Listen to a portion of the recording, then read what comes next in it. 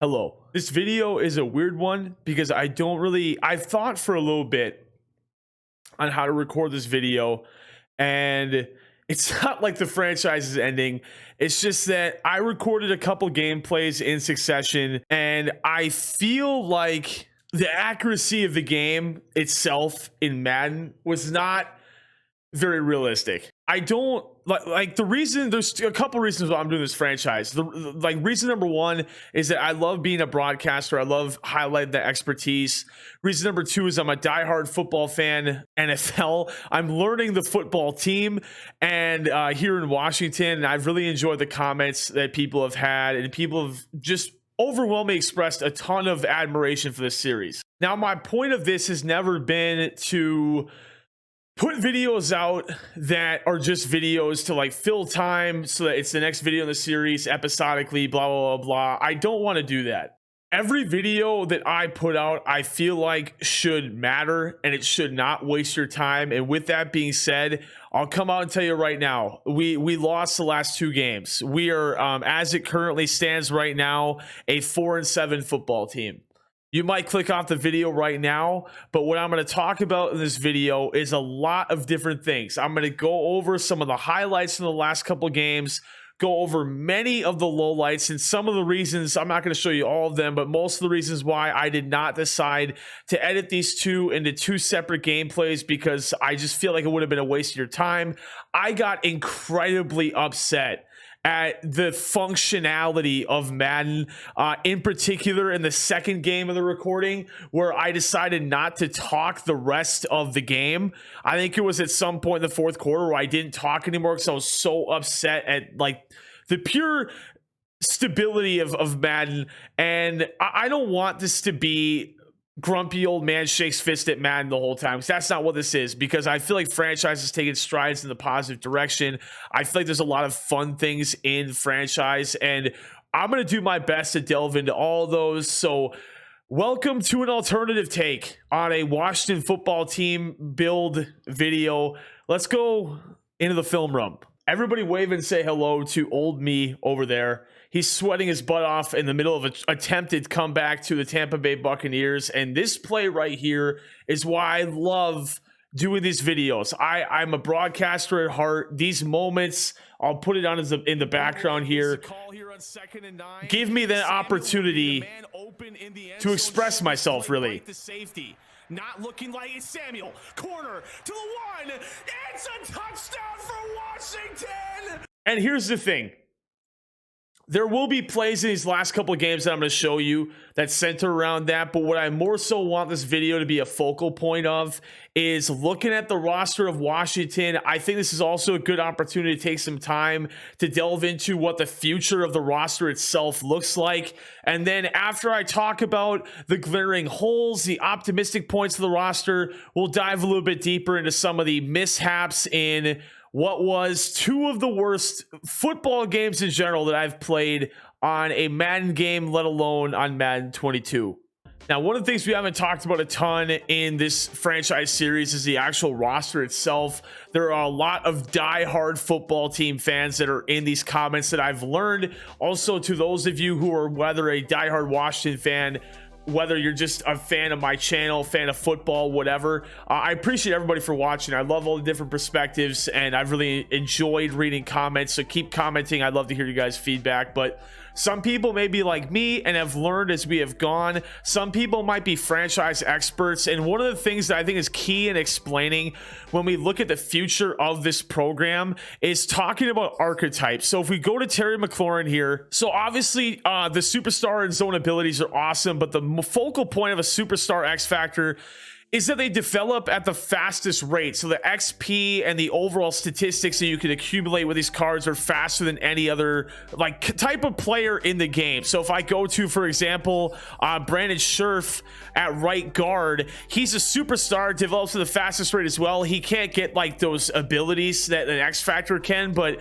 he develops the same. He eventually potentially could with those scenarios pop up. But like you, Jonathan Allen and Terry McLaurin, guys who develop at the fastest rate. And what we're talking about as a franchise, as I knock down my notes here, you want to be looking for guys that have that high developing trait, because ultimately what we want to do is we want to fill our team with very high potential players. And if we look at the offense, you know, some people talked about, am I going to sign Leno Jr. to a contract extension?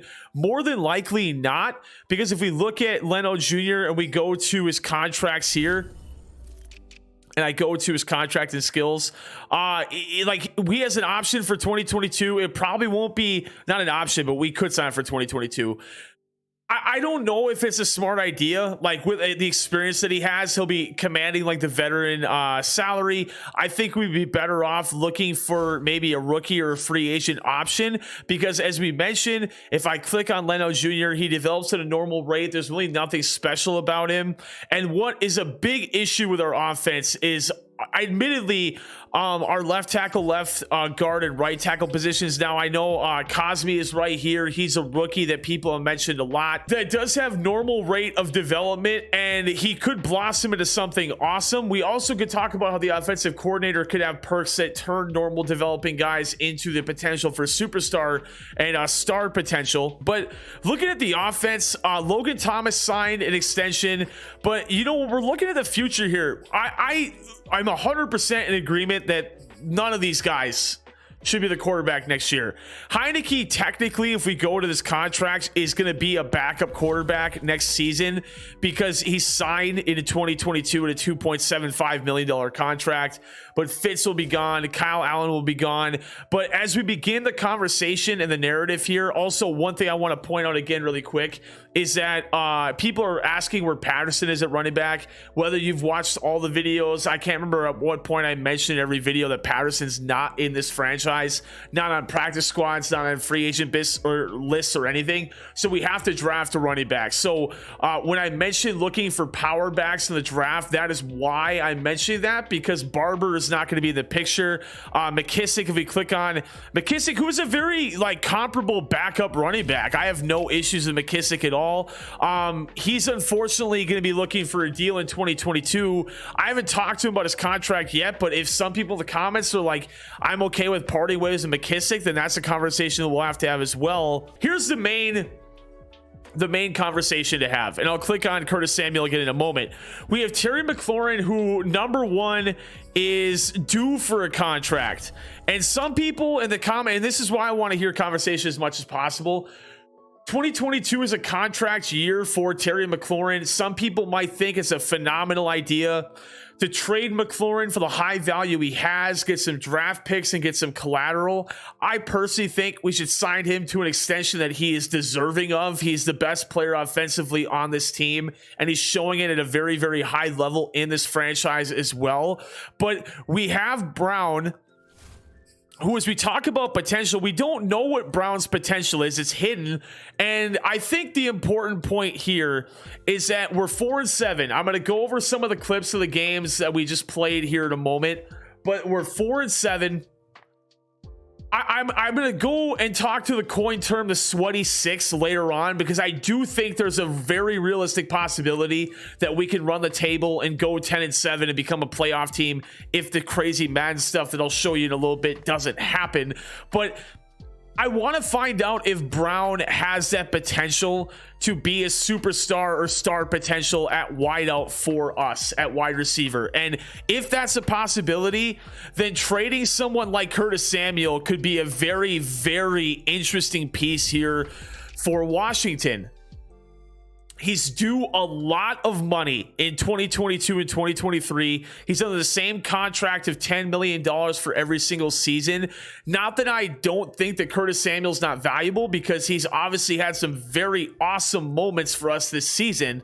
Samuel would be the man open in the end zone should this play bite the safety. Not looking like it's Samuel. Corner to the one. It's a touchdown for Washington. Oh, what a ball by Ryan Fitzpatrick, and what a catch by Curtis Samuel. But the fact remains that Curtis Samuel would command, I think, a somewhat decent haul in regards to draft picks, in regards to maybe looking at maybe pawning off Samuel for an offensive lineman via trade in the offseason. I think there's a lot of ways to go with Curtis Samuel. So again, This is where I'm asking for more comments in the other video on actual logistics of the team, letting you guys know that kind of stuff. But moving over to the defensive side of the football, and I've heard comments and the morale is down because of the last loss, unfortunately, but that's not a huge issue. But I've heard some comments, namely around trading Ioannidis here. Now, if we go into his contract, he's signed into 2022 at $8.25 million. Now, the issue with trading Ioannidis is that the demand for having 2 years of control on a guy versus 1 year of control on a guy is a very difficult jump to a 1 year contract. So will we command a big market for Ioannidis? I'm not sure. Do I want to keep him? I'm a fan of depth more than anything, and if we have him for one more season, I think it's not the end of the world that we hold on to Ioannidis. But if we go back to the defense here, I've heard comments about Landon Collins moving to a linebacker role. I just don't know if that's a smart play, especially with really Cam Curl being the only other safety that is worth looking at, really. If I go to free safety, Bobby McCain is the only other guy underneath him.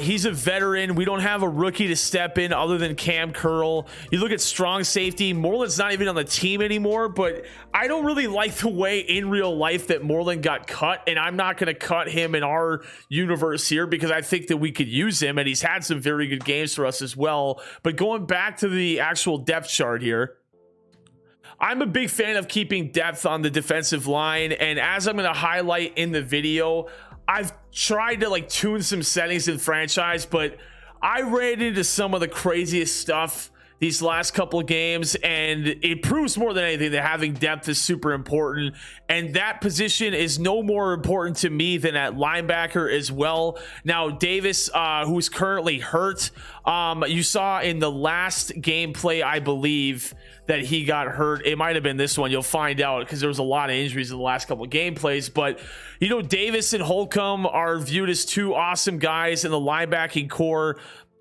here that are young, 2 years of experience on Holcomb. We have him under control for, I believe, 2 more seasons as well. 1 more season in 2022, and he'll be due some money, and I think we should pay him.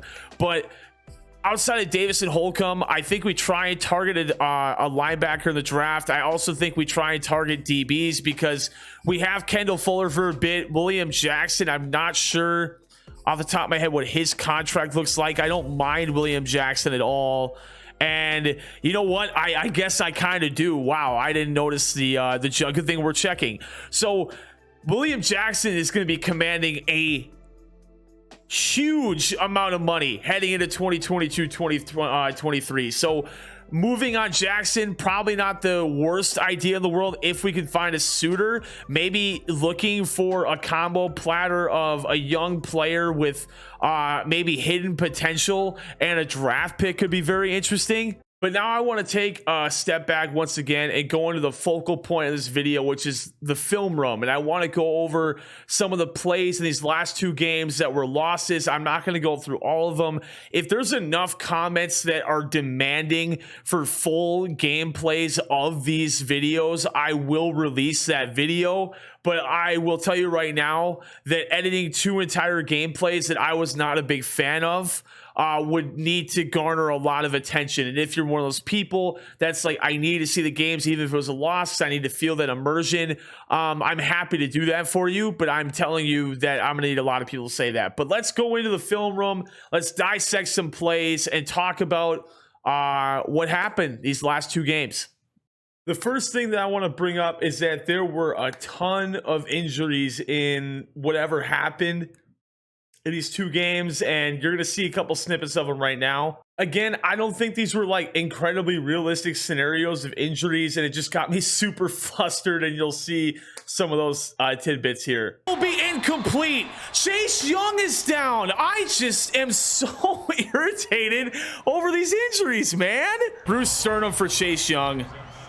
Dude, if it's one thing that I just don't understand is how many bleeping injuries are we gonna have in this franchise mode? Seattle's up 28-10 already in the first half. Our defense has done literally nothing to stop them. And Jonathan Allen's hurt.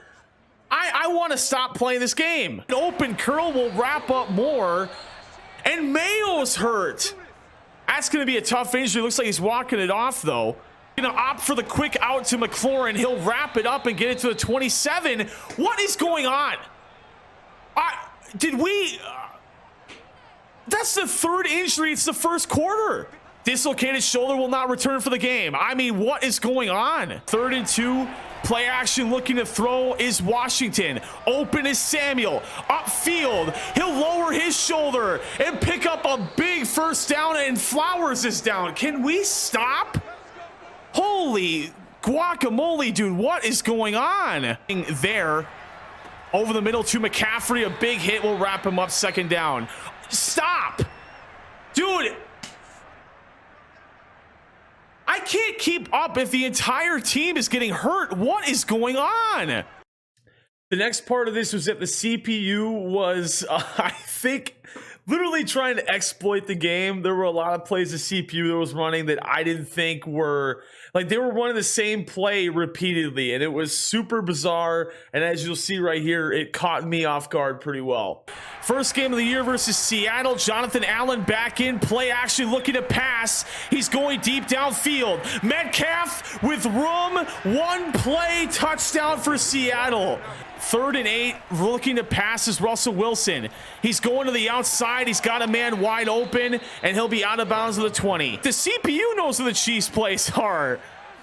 That fade route all so hard to cover. I just ghosted right by him. Can we make a tackle, please? Dude, they've run the same bleeping play. Touchdown, Seattle. The CPU is literally cheesing me. A lot of football game left, and if we don't play with errors, I gotta believe we hang tough with Seattle. Screen pass looking... what in the world did Antonio Gibson just do? And in the shotgun at the 30-yard line looking to throw, and another cheese bleeping route by the Seahawks. Let's see what the play art is. I can't wait for the comments. Defend the fade route. Dude, you can't defend that pass. The fade has been an OP pass in Madden for like 5 or 6 years. The CPU taking advantage of it there. 3rd and a crucial 6. Pretty soft line of scrimmage for Carolina. Maybe Thomas over the middle. Samuel's possibly a little bit further. Looking to pass. Open is Thomas. He'll cut it upfield. A fumble. And that one's going to be brought back. Hoping to maybe cut him down. It's one man. It's Ryan Fitzpatrick. And that's going to be housed for a fumble all the way into the end zone. Logan Thomas picked up the first down initially.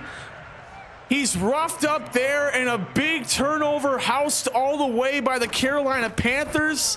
And just when it looked like we were back in this game, Carolina up by 4. Although this is really negative, there were some really good plays too. 3rd and 12, Darnold in the shotgun. McCaffrey to his left has not been used at all this drive. Over the middle looking to throw. Everybody's covered. Running for room, and he can't find any. Deron Payne along with Chase Young.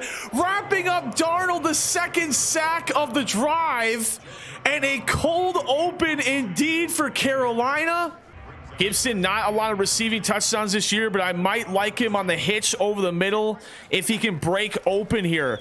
Looking to pass. Gibson, end zone. Oh, it's going to be caught by Brown. An overthrow to Gibson. And the rookie Brown is in the back corner of the end zone to make the play. But a booth review, oh, this has got huge implications. An errant pass to Gibson. Brown is there on his route anyway, and I'm not sure if he got both feet in. I would love if he did, though.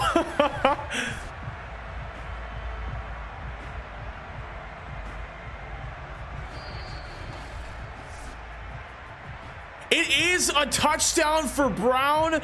Our first drive of the game results in 6 points, pending the extra point from Hopkins. No interceptions, no fumbles, clean football, even though it was not a good ball by Ryan— and we have the lead here in Washington.